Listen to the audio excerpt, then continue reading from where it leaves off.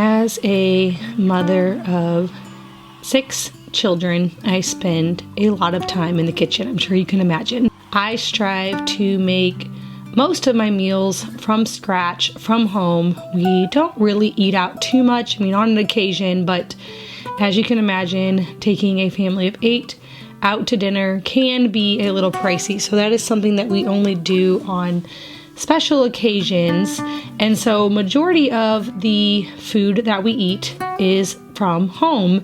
And I like to make most of the things from scratch. 1, I find it to be a little healthier, and 2, it's a lot cheaper to make things from scratch. So in that very first clip, I was making myself a red raspberry leaf tea. That is something that I'm trying to do daily and something that I like to drink during pregnancy. It's very good for women's health in general, but it also has a lot of great benefits for labor and delivery and all that good stuff. So I try to drink one of those each day. And now I am in the kitchen making the first meal of the week, and this is jambalaya. The reason that I was inspired to make this was because I had a bunch of Polish sausage in my freezer. We had my sister's family over for a shrimp boil on New Year's Eve, and I bought a little too much sausage, and so the leftover sausage I just put in the freezer, and because I had a bunch of it, I decided to make a jambalaya.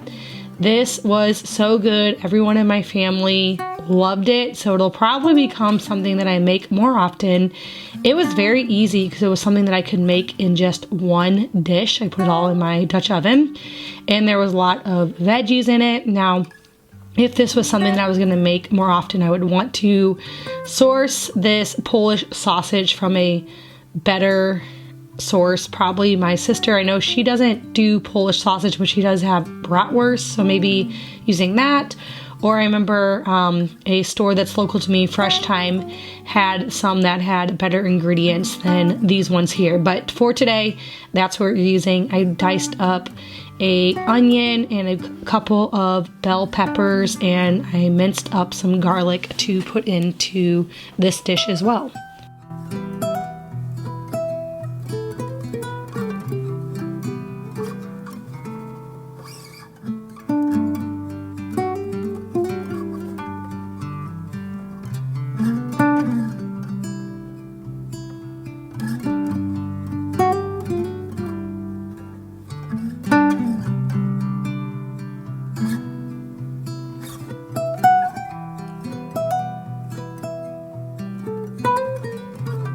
A few of the kids in my family do not prefer rice in most meals. I have one son in particular who pretty much never likes a dish that I make with rice, but he loved this one. So that was a win. So I am just mixing the rice in there, and then I am using some homemade broth here. This is just some bone broth. I like to keep homemade bone broth in my refrigerator and in my freezer at all times because it comes in handy. I need it a lot. That's one of the staples that I like to have around when I am cooking because it is such a superfood to have broth, and it makes everything so much more flavorful than just using water. So anytime I'm cooking rice, sometimes even when I'm cooking noodles, I will do it in broth.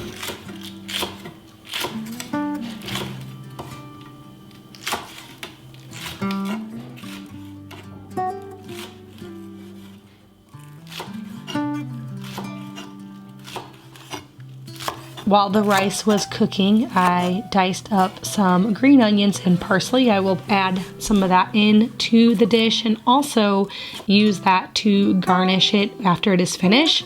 And then I added in some shrimp. Ideally, this would have been completely defrosted, but it was still a little bit frozen. So I added in a little bit early.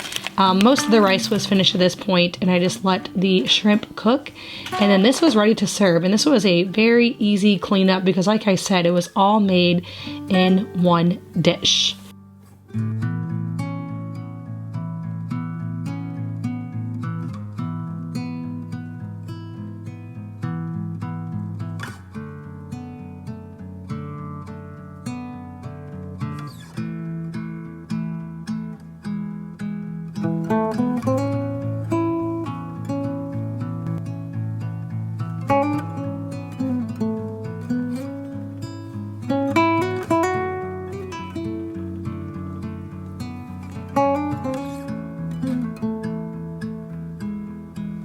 For this next meal, I am making sourdough pizza. So anytime I make pizza, I like to start my dough in the morning so that it can rise throughout the day. Now I am doing this in my bread machine because I use that as my mixer because I do not have a KitchenAid mixer.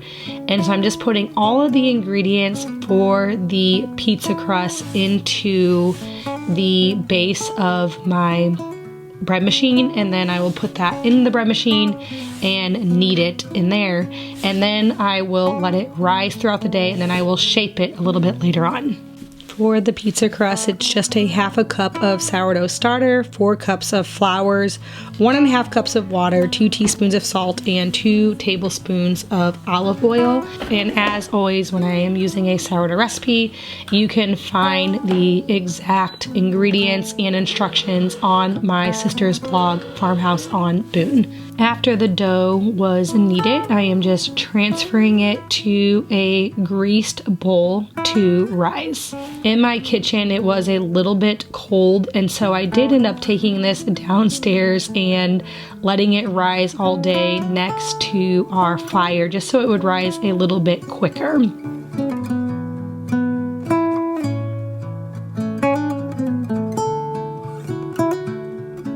This is several hours later, and you can see that the dough has doubled in size.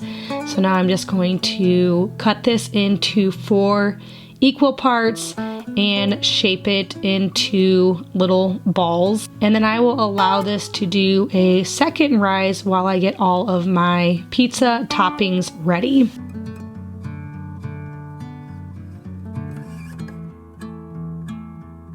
Whipping up a pizza is very easy, and I always have something to put on the pizza. I don't always have, pepperonis or just like all the things that I would necessarily put on a pizza if I was making it and thought about it beforehand.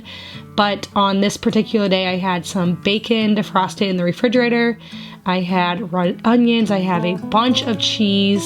I have sauce. And so we did a bacon and onion pizza. Like I said, if I was planning ahead, I would definitely have added in some more things. I love goat cheese on a sourdough pizza.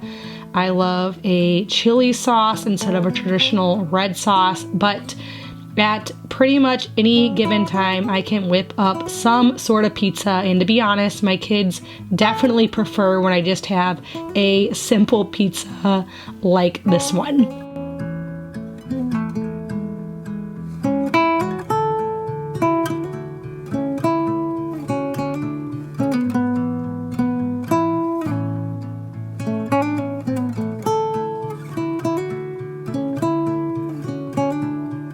Now that my toppings are all ready, I'm just going to roll out my dough. And I also have my cast iron skillets preheated. When I preheat the oven to bake the pizzas, I put my cast iron skillets in there. That prevents the crust from sticking. So they are nice and hot when I put the pizza crust in there. Now I'm just adding all of my toppings, lots of cheese and bacon and some red onion, and then I just cook these for about 15 minutes. So making pizza is definitely a quick meal and something that I like to rely on pretty often, just because if I have all of the ingredients that I need in my pantry and in my fridge, I can whip it up and have it ready in very little prep time. And you have to think about your dough in the morning, but it's very little prep time and work in your kitchen.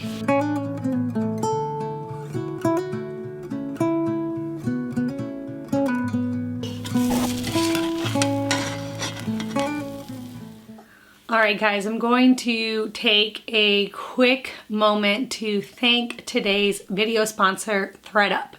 If you guys have been around my channel, you guys know that I absolutely love ThredUp. ThredUp is an online thrift store that makes it really easy to find clothes that you love for affordable prices, and it also helps to reduce your fashion footprint. So I love thrifting all of my clothes for my kids, but because I'm busy and have lots of children, sometimes going in and out of thrift stores is really inconvenient. And so once I heard of ThredUp, I was super excited because it makes it really, really easy to find what you're looking for on the site. You can just search what you're looking for. You can also save your sizes, and so it's very simple to find the things that you want. So currently, this shirt that I'm wearing is a shirt that I just got from ThredUp. This is actually maternity. I did get a couple of maternity items. They had a really nice selection for that, which I was excited about because obviously I am pregnant. But I also got a few things that are not maternity, just because I like to find things that I can wear when I'm not pregnant, because it's such a short amount of time that I need maternity clothes. And so if I can find something that will work during pregnancy and then also after, that's something that I usually like to purchase. This black long sleeve shirt is from H&M Mama. Its estimated retail price is $38, and I got it on ThredUp for $17.99. And I like it because it's just a very simple black shirt that I can wear with, can't get my leg up that high, jeans. But I also got a skirt that I'm excited that I can wear it with, like a long, just like cotton skirt. And then to keep it nice and warm for winter, I also got a pair of leggings. So I got both of these from ThredUp. The leggings, again, are maternity. I just needed a new pair of black leggings. All right, so for the skirt, I can either wear it below my bump or above my bump. So sometimes I like to wear skirts when I'm pregnant and just tuck a shirt into it. I think it looks really nice. And like I said, I'm wearing the leggings under this to make it nice for winter time. But this is not a maternity skirt. It can be worn when I am done being pregnant as well. Okay, so a couple more items that I got from ThredUp is a couple of, like a little jacket and also a Madewell cardigan. I love the brand Madewell, but it can be expensive when bought new. This Madewell cardigan actually retails at $159, but I got it on ThredUp for $28.99.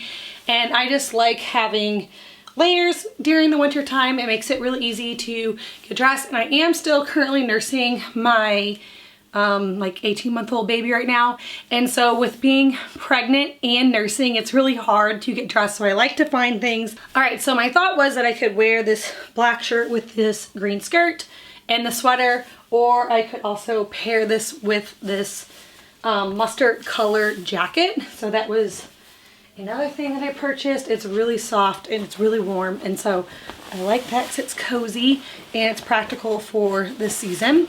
And I also think that this would look good with just some jeans and the black shirt, and also with the skirt. On my ThredUp app, I actually favorited a bunch of different items, and you can actually shop those items by using my link. So if you want to shop any of my favorite secondhand items, or if you just want to look around on ThredUp and see what you can find, you can use the link down in my description box below.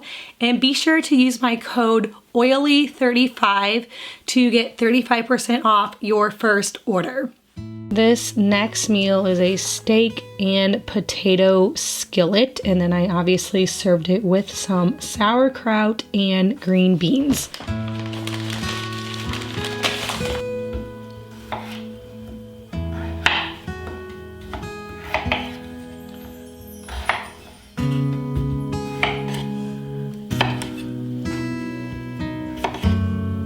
This is a recipe that I probably made up.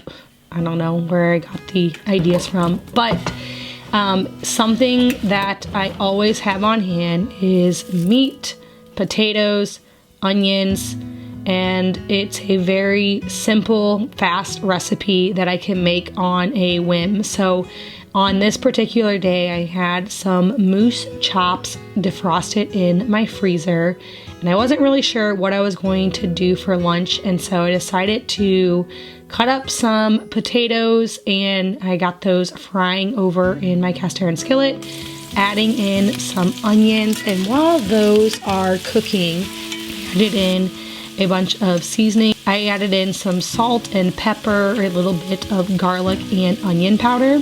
And then while that was cooking, I chopped up my moose chops. I just do them in about 1-inch pieces. Now this could be done with any meat. You can use beef steaks, you could use pork steaks, you could even do roast meat, like any type of meat. But I like when I am starting with raw meat rather than meat that's already cooked, because that adds a lot of juices into the potatoes and kind of mixes it all together. Now I'm also going to be making a gravy for this to drizzle on top whenever it is finished. So in my other big cast iron skillet, I just poured some bone broth in there, got it nice and hot, and now I'm just going to whisk in a little bit of flour to thicken it. I'll also add a bunch of salt and pepper to this, and this is a step that does not have to be done, but I really love the added gravy added on top of this dish.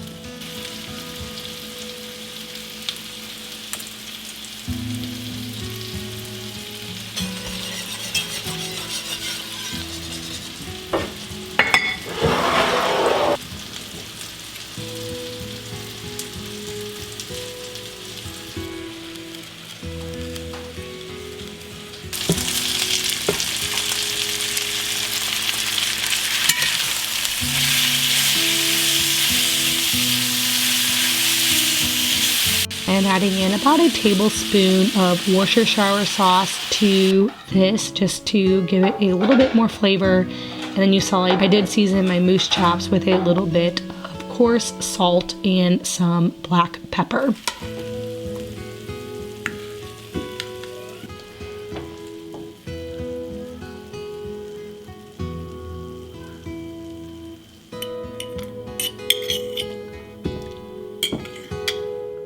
Alright, more moose chops. If you guys haven't gone on yet, we have a lot of moose. My dad recently went on a moose hunt in Canada, and he brought back a bunch of meat, and he split it all up between me and my sisters and my mom, and so we have lots of moose, and it is so tasty. So on this particular day, I am making a moose chops with gravy. I have this exact recipe on our blog, so I will link that for you guys down below. And with it, I'm going to be serving twice baked potatoes and some roasted Brussels sprouts. So I'm getting some bacon going to top my potatoes with whenever they are finished.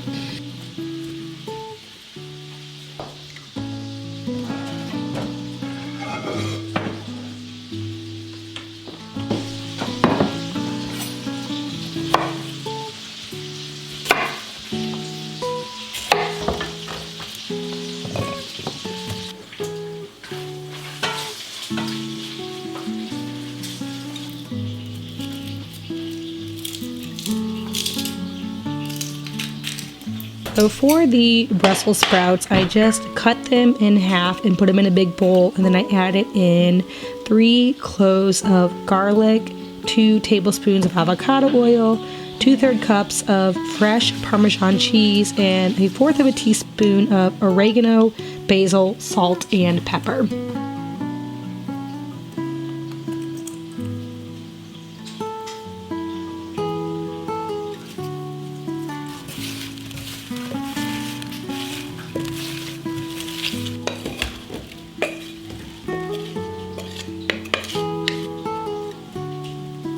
Anytime I'm in my kitchen cooking, you'll see that I do lots of cleaning at the same time. I love to clean as I go. I find that it just makes the ending job so less overwhelming if you just do a few of the dishes as you go. And I find that cleaning while you're cooking is just so easy because you're already in the kitchen anyway.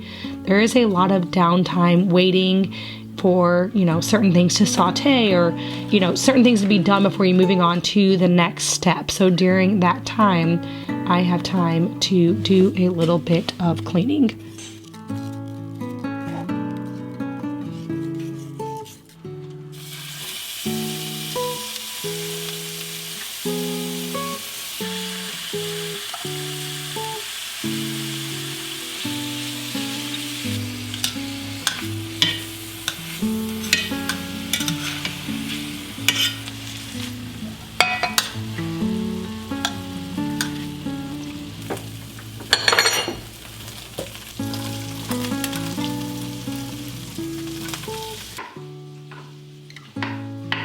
When the chops were seared on all sides, I started my gravy. So for the gravy, I'm just adding in a couple of tablespoons of butter, some onion, and some mushrooms, a couple cloves of minced garlic. And I let all of that saute for just a couple of minutes, and then I added in a little bit of flour and some broth to make this into a gravy.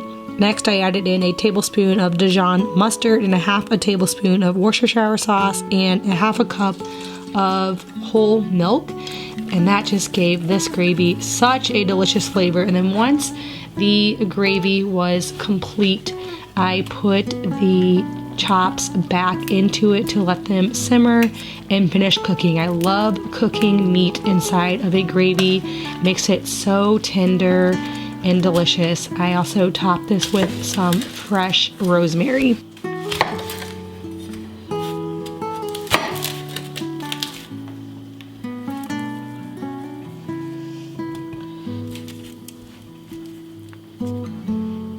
So for the twice baked potatoes, after they are baked, I just cut the potato in half and scoop all of the potato out of the peel, add it into a big bowl, and essentially I make a mashed potatoes with that potato and then stuff it back into the shell of the potato.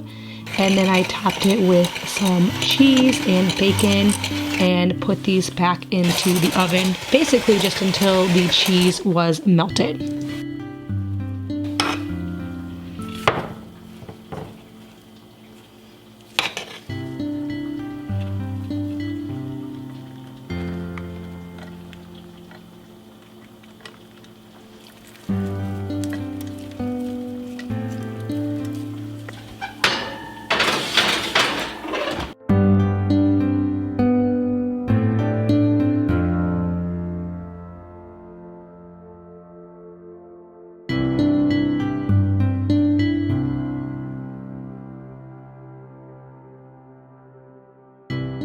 Alright, for this next meal, I am making some fried chicken. I had a whole chicken defrosted in my refrigerator, and I decided to cut it apart to make fried chicken. Now, this is the first time that I've ever done this, so if you guys notice any mistakes, that's why I'm a newbie at cutting apart my whole chicken. I actually watched a quick YouTube video. I thought I actually did a pretty good job. I did have to call my husband in for a couple of times because I was like trying to cut through a bone and he was like, no, you have to cut through the tendon. So he watched the video, he helped me, but we did get this chicken apart and we fried up the legs and the thighs and the breast and the wings. It was so good. So to start off, I'm making a buttermilk fried chicken, and we didn't have any buttermilk, and so I made my own by just mixing together a cup of milk and a tablespoon of lemon juice. And then I got my flour and seasonings all together. I did flour with salt, pepper, and paprika, and that's what I'm going to put the chicken in. After I soak it in the buttermilk, I will dip it into the flour, and then I just let it sit out on a baking dish for about 15 minutes to make sure that everything's all soaked together before I go and fry it.